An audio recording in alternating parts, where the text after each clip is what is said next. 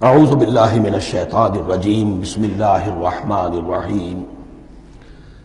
اب جو پہلے دو رکوع ہیں اس سورہ بقرہ کے، ان کے بارے میں تعویل عام اور تعویل خاص کا ایک بڑا بنیادی فرق ہے جو نوٹ کر لینا چاہیے۔ جس وقت یہ سورت نازل ہو رہی ہے، میں عرض کر چکا ہوں کہ 12 سال ہو چکے تھے حضور کو اپنا فریضہ نبوت و رسالت ادا کرتے ہوئے۔ ایک جماعت اچھی بھلی تیار ہو چکی تھی جنہوں نے حضور کی دعوت پر لبیک کہا، ایمان لائے اور آپ کی تعلیمات پر عمل کیا۔ وہ ایک گروہ موجود تھا، یہ ابو بکر ہے، یہ عمر ہے، یہ عثمان ہے، یہ طلحہ ہے، یہ زبیر ہے، یہ عبد الرحمن بن عوف ہے، یہ مصعب بن عمیر ہے، دیکھ لو۔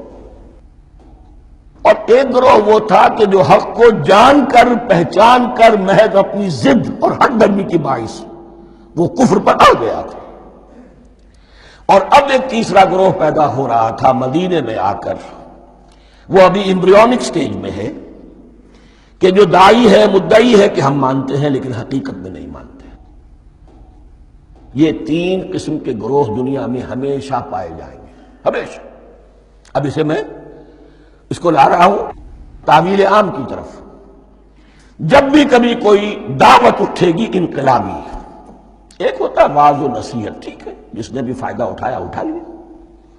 ایک ہوتی ہے دعوت انقلابی، وہ انقلابی دعوت کا ہدف ہوتا ہے نظام کو بدلنا۔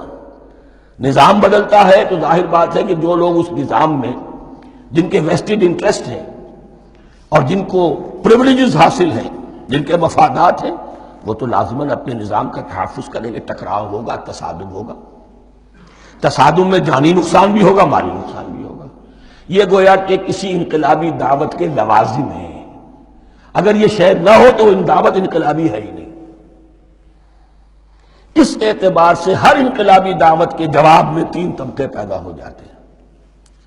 ایک وہ کہ جو اس دعوت کو قبول کرتے ہیں دیانت کے ساتھ، خلوص کے ساتھ، اخلاص کے ساتھ، اور پھر پوری جواں مردی کا ثبوت دیتے ہیں، ہر بعد آباد، اب جو آئے سو آئے، جان دینی پڑے حاضر ہیں، مال دینا پڑے حاضر ہیں، کوئی تکلیف آئے، کوئی مشقت آئے، کوئی مصیبت آئے، کوئی قربانی کرے، حاضر۔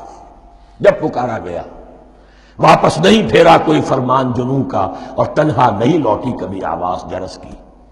خیریت جا راحت تن صحت داما، سب بھول گئی مصلحتیں اہل ہوس کی۔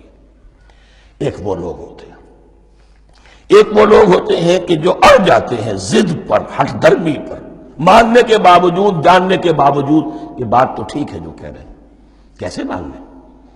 ہماری سیادت، ہماری چودراہٹ، ہمارے مفادات، ہمارے یہ ساری چیزیں ان سب کے اوپر زد پڑ رہی ہے۔ یہ لوگ اڑ جاتے ہیں اور پھر کوئی دعوت، کوئی نصیحت، کوئی مزید افہام و تفہیم ان کے حق میں مفید نہیں ہوتی۔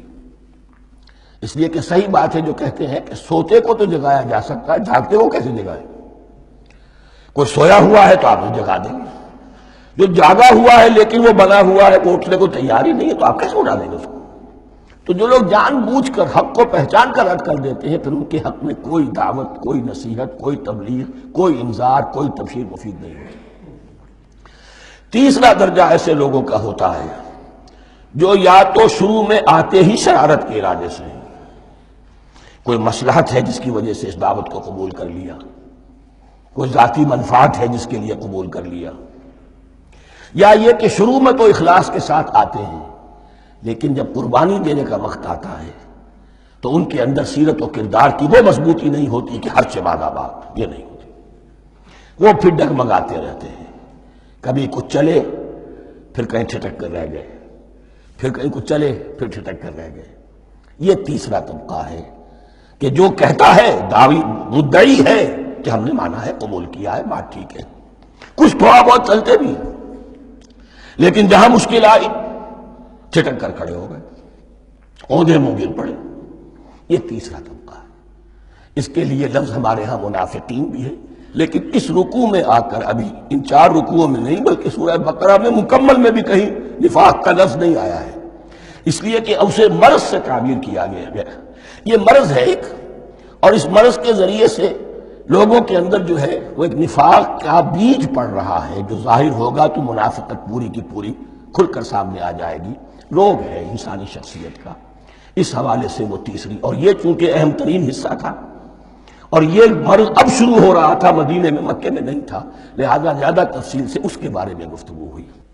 صدق اللہ العظیم۔